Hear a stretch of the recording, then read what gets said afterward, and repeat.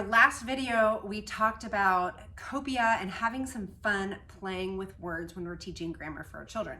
Today, we're just going to talk a little bit more about teaching grammar, but how we can actually use beautiful sentences and great ideas to help also instruct on the moral character development side as well, so that we're not just teaching about straight grammar rules, but we're also giving them more to think about and then a way to apply it later in their assignment. So my name is Joy Cherick. I blog and have a podcast called However Imperfectly, and I also write nature study guides, and they are from naturestudyhacking.com. They teach families how to get outside and use a nature journal, and I will leave links to those things below in the description. But today, we're talking about how to teach grammar in our homeschools. So Charlotte Mason does talk a lot about oral lessons, and there are a lot of rhetoric around how we need to not say anything to our kids. We need to, leave them to the books.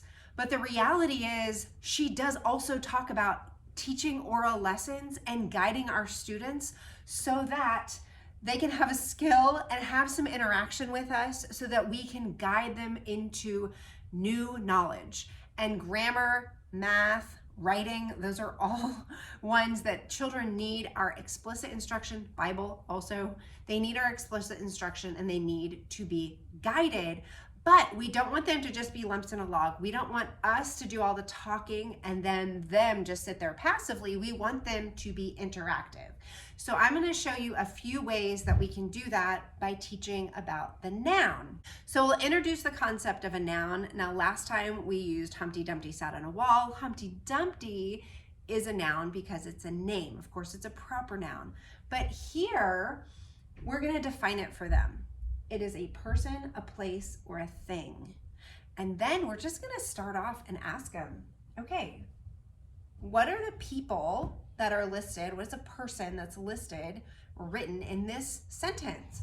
God controls the history of the world perfectly. Okay, is there a person?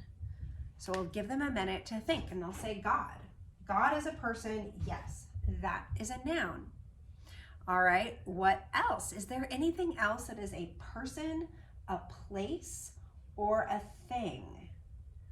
Okay, so they might say world, the world is a place, and we'll say yes, that is also a noun. Now there's one more noun. Can you find it? Yes, so history is also a noun. It is a thing because it is a field of study. So we have three nouns. God controls the history of the world perfectly. Okay, so then we could ask, could we change one of these words and this statement still be true and still point back to God? All right, so could we maybe change the world? What would be a word we could change that might be a synonym that means the same thing as world, or replaces it with something maybe a little bit smaller or maybe a little bit larger? So we added cosmos, could be one option, because cosmos is actually bigger, it's larger than our world. And man, that would make it smaller. So God controls the history of, and then we would have to say the cosmos perfectly. God controls the history of, and then we would just get rid of that, man perfectly. And those would still be true in relationship to God, who of course is also our subject. All right, so let's try to change one more word just for fun. So how could we change this word to make the sentence still true and it still be a person, place, or a thing? So think about that for a moment. Okay, so I came up with two.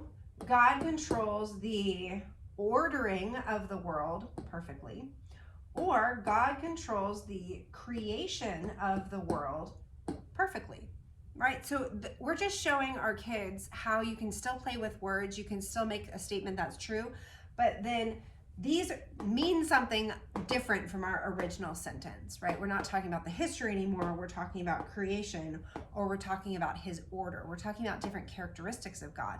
In fact, you could even say, you know what?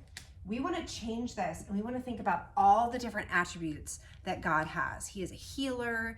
He is the great I am. He is, just on and on and on. You could make your list over here, and then you could change the sentence that way and see how it then actually becomes a lesson in theology, a lesson in grammar, a lesson in brainstorming. I mean, we really have, and that just makes it more fun. When you don't just remove and say, okay, we're only going to teach this skill, we're going to incorporate lots of different things into one to make the idea more alive. That actually makes us more engaged as people. So then what you would do is, in their assignment for their narrations for that week, you would say, okay, when you write your sentences, I just want you to circle, and then I want you to say, is it a person? Is it a place? Is it a thing? So maybe take 2 sentences in your narration, your history narration this week, and I want you to circle, and make sure you circled a person, a place, and a thing. Easy. But you have to remember that you've assigned them that, and that you will check up on them and help them. Because often what I found with my kids, if we don't have an assignment sheet, really like a syllabus, and I give them assignments like this, we both don't exactly remember.